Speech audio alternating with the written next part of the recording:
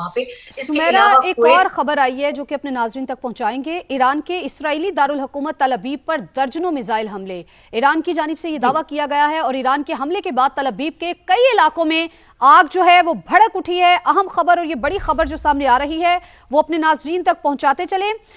Iran के Israel के दारुल हुकूमत तल अबीब पर दर्जनों मिसाइल हमले, ईरान के हमले के बाद तल अबीब के कई इलाकों में आग भड़क उठी है। ये मनाजिर भी आप समा की स्क्रीन पर देख सकते हैं। इन हमलों में मुतादिद अफराद जो हैं वो जख्मी हुए हैं और ईरान ने इसराइली दारुल हुकूमत तल अबीब पर दर्जनों मिसाइल हमले किए हैं।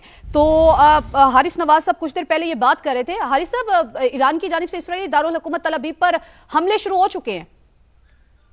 बिल्कुल ठीक है। और देखें, ईरान बड़ा ये इजराइल जो है ना, ये बड़ा छोटा मुल्क है और ईरान बहुत बड़ा मुल्क है। Iran can sustain so many thing, लेकिन इजराइल इसको बर्दाश्त नहीं कर सकता। बजाय इसके जो आपने इतने 22-23 मिसाइल दागे हैं एक दोहा के अंदर, कतर के अंदर, ये आप ईरान इजराइल के ऊपर मारे और आप अपने कंजर्व करें, हो सकता है you might have to go for long war.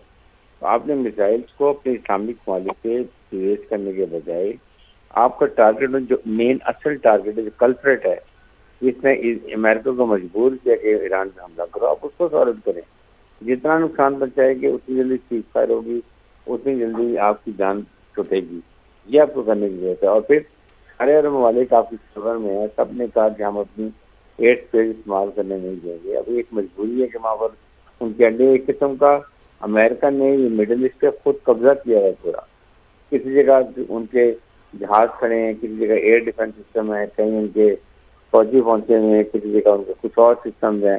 तो इसलिए अब वो मजबूर है। तो आपको समझना चाहिए कि जिस तरह मेरा बात करें कि आप क्यों अपने में हाथ खड़े कर रहे हैं। आपको इस वक्त लोगों की हमदर्दियाँ चाहिए, खासतौर पर इस्लामिक ममालिक की, और वो ममालिक जो मैटर करते हैं। कतर है, तुर्की है, जन उसके बाद सऊदी अरब है, पाकिस्तान को बहुत खुला सपोर्ट कर, पाकिस्तान को तो अगर हर हालत में करना चाहिए। तो हमारे लिए बहुत ही जरूरी है कि जो देखें इस वक्त, आप ये देख लें कि इस वक्त इजराइल की 2 प्रॉक्सीज हैं। एक मेजर प्रॉक्सी जो है वो है इंडिया, और दूसरी प्रॉक्सी है जो हमारे एरिया में वो है अफगान तालिबान इजराइल। और दोनों के सिस्टम वो उसे चला रहे हैं। दोनों को इसलिए तक उन्होंने अब 25 तारीख को ये वहाँ पर गया है, 26 तारीख को 29 तारीख को तकरीरें की है सपोर्ट करने की इनको अफगान तालिबान की।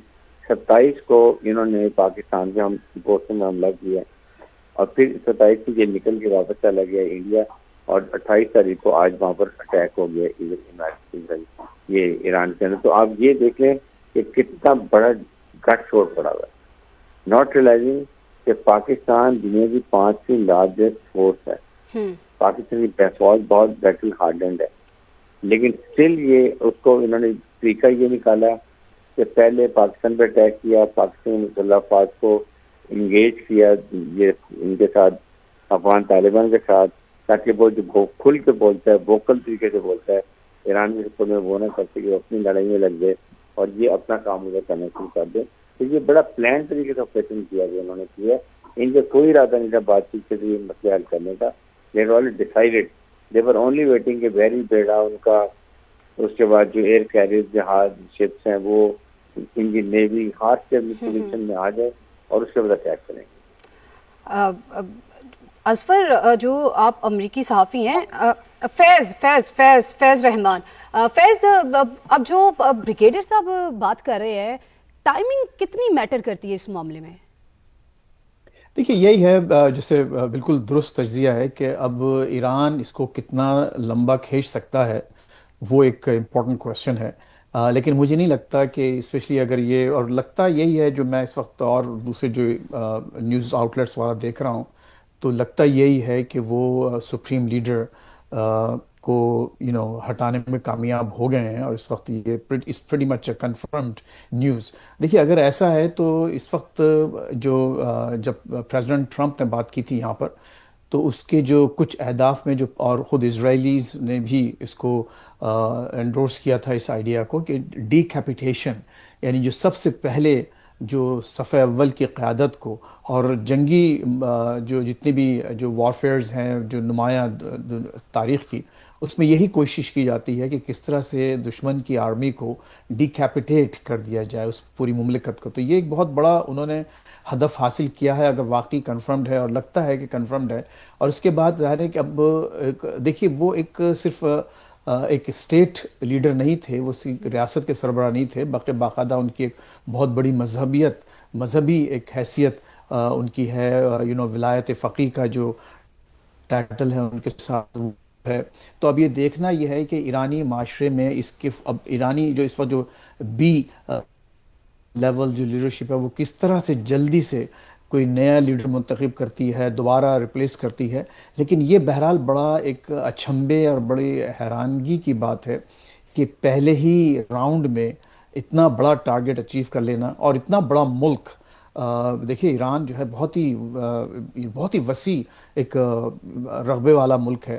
اس میں کیسے ایسا ہو گیا کہ بالکل پریسیشن کے ساتھ، بالکل پن پوائنٹ کے ساتھ وہاں پر حملے کیے گئے. اور یہ اسٹریٹجی یہاں پر یہ بنائی گئی تھی کہ امریکنز جو ہیں وہ ملٹری اور نیوکلیئر اور مسلز جو سائٹس ہیں وہاں پر اٹیک کریں گے، اور اسرائیلیز جو ہیں جن کے تقریباً 200 طیارے وار پلینز، وہ تمام جو شخصیات ہیں، امپورٹنٹ شخصیات، لیڈرشپ، اس کو نشانہ بنائیں گی. تو لگتا یہی ہے کہ the Israelis had a very good intelligence، اور انہوں نے بالکل بڑی ہی پریسیشن کے ساتھ وہ اٹیکس کیے ہیں.